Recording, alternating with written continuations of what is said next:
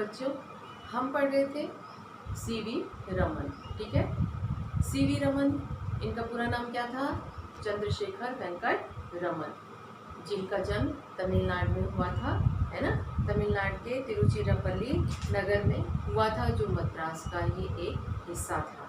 ठीक है, सीवी रमन बचपन से ही एक प्रतिभाशाली बालक थे, प्रतिभाशाली छात्र थे। उनके प्रथम गुरु रहे उनके पिता, जिससे उन्होंने गणित और भौतिकी का ज्ञान प्राप्त किया, संगीत का भी ज्ञान प्राप्त किया और आगे जाकर इस पर उन्होंने कार्य भी किया, इसका सही उपयोग भी किया।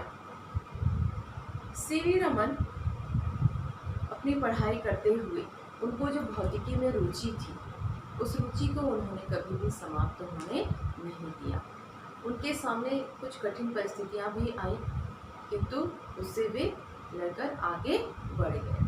ठीक है, उन्होंने हार कभी नहीं मानी और अंततः उन्होंने एक शोध कार्य किया, क्या, जो आगे जाकर रमन प्रभाव के नाम से जाना जाता है। ठीक है, तो रमन प्रभाव क्या था?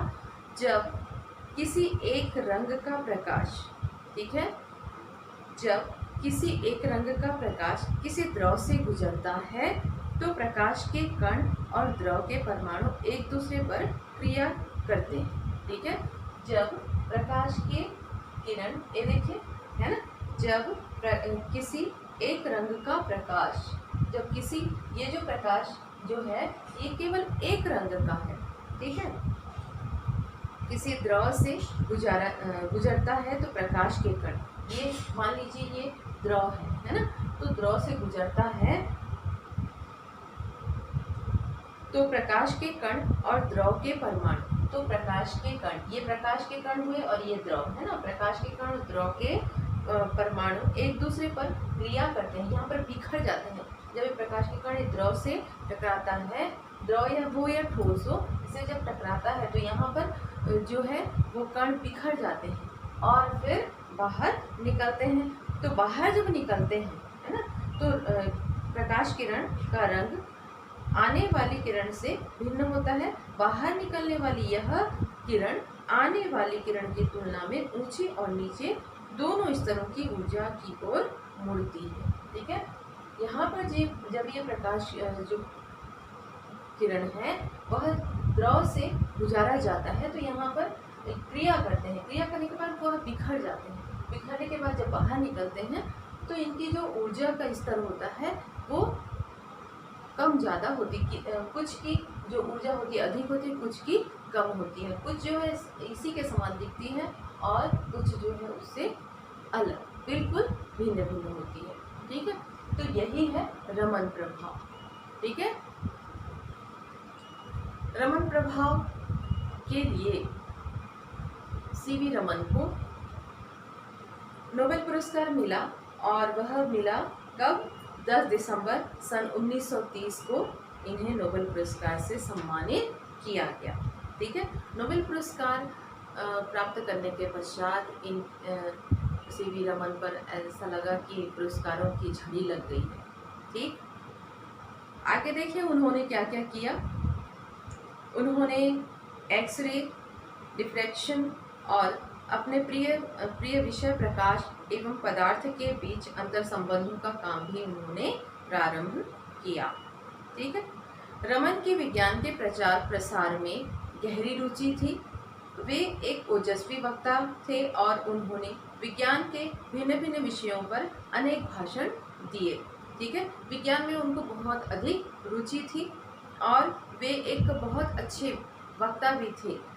उन्होंने विज्ञान के भिन्न भिन्न विषयों पर, ठीक है, सीवी रमन ने विज्ञान के अलग अलग विषयों पर अनेक भाषण दिए।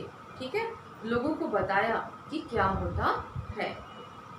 उन्होंने विज्ञान के क्षेत्र में काम करने के आनंद तथा समाज के उत्थान में उसकी मुख्य भूमिका पर बल दिया।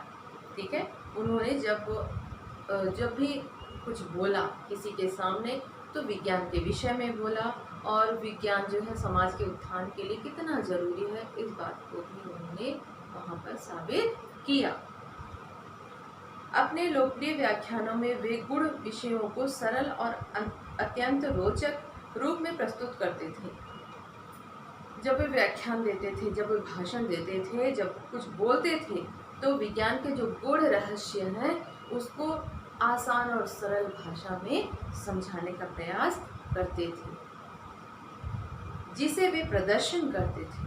ठीक है, क्या कहते थे, जिसे वे प्रदर्शन कहते थे, यानी कि आसान भाषा में समझाने के साथ साथ प्रैक्टिकली प्रयोग के आधार पर भी वे उस बात को समझाने का प्रयास करते थे, ताकि लोगों को आसानी से और सरल तरीके से समझ में आए।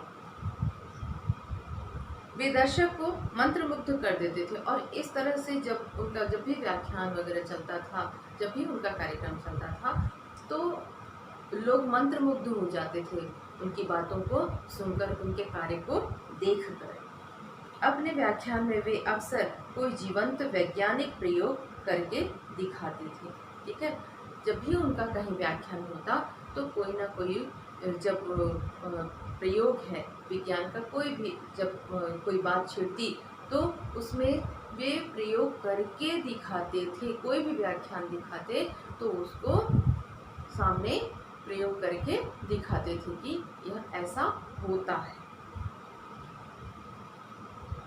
उनका व्याख्यान आसमान नीला क्यों होता है आज भी वैज्ञानिक भावना को संप्रेषित करने और उसकी पद्धति की एक अनूठी मिसाल है। रूखे तथ्यों या सूत्रों को रटकर सीखने के विषय के रूप में प्रस्तुत न करके वे विज्ञान को चरणबद्ध प्रश्नों की एक श्रृंखला के रूप में पेश करते थे। ठीक है, वे रटने पर विश्वास नहीं करते थे, वे समझने पर विश्वास करते, प्रयोग पर विश्वास करते थे। ठीक है, मतलब प्रयोग करके समझने पर वे विश्वास करते थे। इस तरह से वे सुव्यवस्थित तार्किकता के माध्यम से प्रकृति की कार्यप्रणाली को समझाते थे। वे भारतीय राष्ट्रीय विज्ञान अकादमी के संस्थापक सदस्य थे। रमन ने वाद्य यंत्रों के ध्वनि विज्ञान पर भी काम किया। वाद्य यंत्र जैसे तबला है ना, और क्या है, हारमोनियम है, गिटार है, सारंगी है। ठीक है, तो इसके ध्वनि तरंग पर भी इन्होंने काम किया। अध्यारोपण गतियों के आधार पर धनुष डोर से बजने वाले वाद्य यंत्रों के तिर्यक कंपन का सिद्धांत भी उन्होंने विकसित किया। भारतीय ताल वाद्य तबला मृदंगम की ध्वनि के समस्वरीय स्वभाव पर शोध करने वाले वे प्रथम व्यक्ति थे। तबला और मृदंग की जो आवाज निकलती है, ठीक है, उसकी ध्वनि पर भी उन्होंने शोध कार्य किया, और इस पर शोध करने वाले ये प्रथम व्यक्ति थे। 1943 में उन्होंने एक कंपनी शुरू की जिसका नाम था Travancore chemical and manufacturing company limited. ठीक है, इन्होंने 1943 में एक कंपनी शुरू की जिसका नाम था Travancore chemical and manufacturing company limited.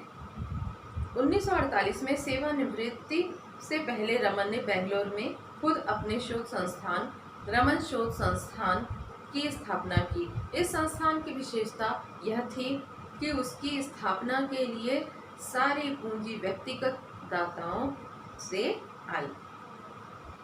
उन्होंने 1970 तक अपना वैज्ञानिक शोध कार्य जारी रखा। ठीक है, हमेशा की तरह रमन शोध संस्थान में उन्होंने 2 अक्टूबर 1970 को महात्मा गांधी मेमोरियल व्याख्यान किया।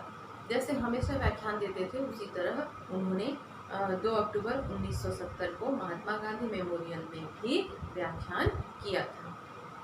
इसके बाद वे बीमार पड़ गए और 21 नवंबर को उनका देहांत हो गया। तो बच्चों, ये थे महान वैज्ञानिक सीवी रमन। इनके बारे में आप और भी पढ़िएगा, इस पाठ को अच्छे से पढ़ लेना ताकि आपको अच्छे से समझ में आए और कुछ प्रेरणा भी मिले।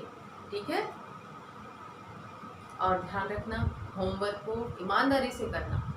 कुछ बच्चे ईमानदारी नहीं दिखाए हैं तो कृपया आप होमवर्क पढ़ाई करने में थोड़ी सी ईमानदारी दिखाओ। ठीक है, थैंक यू।